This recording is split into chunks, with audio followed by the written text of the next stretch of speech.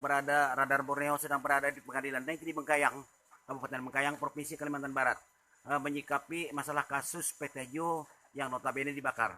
Menurut Pak pengacara, kalau dilihat daripada hasil intervensi dari hakim tadi, apa pendapat Anda? Jadi seperti ini, pengadilan ini kan tempat tuh mencari keadilan, tempat tuh mengungkap keadilan gitu, tempat di mana ini adalah rumah keadilan untuk semua orang gitu. Karena ini adalah rumah keadilan, maka inilah benteng terakhir orang untuk mencari dan menemukan keadilan.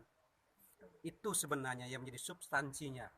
Karena tujuan hukum itu sendiri bukan hanya menghukum, tetapi mendidik supaya dia punya perilaku baik di masyarakat gitu.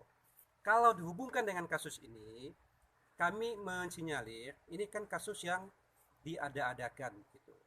Kayak saksi-saksi yang lain terungkap diduga dalam tanda petik ada pembiaran sehingga terjadi pembakaran.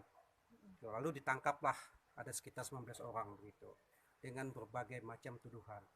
Padahal yang mereka tuntut itu bermula dari hak keperdataan di mana tanah mereka ada janji-janji di situ gitu tidak diberikan hak mereka atas tanah yang ditanam sawit oleh perusahaan. Itu sebenarnya yang harus dipahami, itulah yang menjadi akar persoalannya. Kan seperti itu. Baik, Pak Lipi, sebagai penasehat hukum daripada warga masyarakat, dan saat ini kita juga langsung ke pengacaranya sendiri atau PH-nya Pak Jakaryas Sarjana Hukum. Ya. Selamat sore Pak Jakaryas. Sore. Kalau kita lihat, kalau kita mengikuti hasil sidang tadi, ini kan hakim intervensi di situ. Kira-kira apa tanggapan Anda? Ya, kita melihat fakta persidangan saja. Bahwa di fakta persidangan itu kan para terdakwa ini tidak terlibat langsung dalam pembakaran. Tapi oleh pihak penyidik dikait-kaitkan seolah mereka mengumpuri, memprovokasi. Padahal sebenarnya tidak. Contoh misalnya Jerry. Jerry itu kan bawa parang tujuannya ya itu kearifan lokal lah. Jadi dia pun hanya teritoriu, tidak melakukan sesuatu yang negatif, tidak melakukan pengrusakan atau mengumpuri masyarakat, tidak. Nah kemudian kita lihat si Botak atau si Murni. Murni juga bawa ketepel. Nah ketepel jadikan sebagai dasar bahwa Murni ini ikut memprovokasi masyarakat. Ketepel itu tidak dikeluarkan, masih dalam kocek celananya.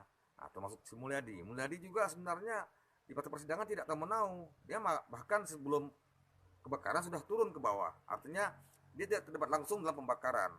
Maka dalam hal ini kita melihat bahwa ada semacam konspirasi lah. Bagaimana supaya masyarakat ini didonkan oleh perusahaan sehingga kedepannya mereka tidak bisa menuntut haknya. Ada ketakutan gitu. Baik Pak Jakaryas, dan di sini juga kemarin tadi itu kita akan mengikuti proses persidangan. Kita mengikuti proses persidangan ini seakan-akan kasus ini diada-adakan oleh pihak penyidik di sini. Kira-kira kalau menurut pendapat pengacaranya sendiri bagaimana? Nah, kita kan sekarang di pengadilan kan muaranya keadilan. Kita berharap hakim bisa bijak, bisa adil, bisa arif untuk menentukan putusan sehingga masyarakat yang kita bela ini bisa menerima keadilan yang sebenarnya. Itu harapan kita.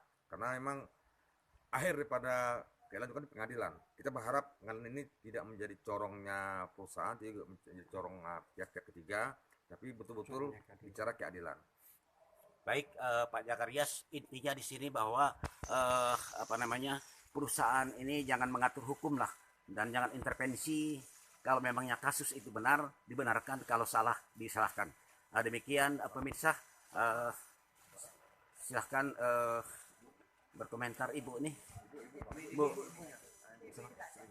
Ibu. Ini Bu siapa namanya Bu? Bu Ernawati. Bu Ernawati. Risno.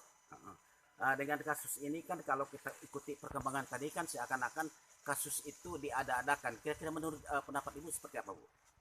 Dan apa harapan Ibu kepada hakim yang yang saat ini sebagai penegak hukum yang adil? Kalau harapan saya untuk persidangan ini, tolong hakim itu membuat keputusan yang bijaksana lah.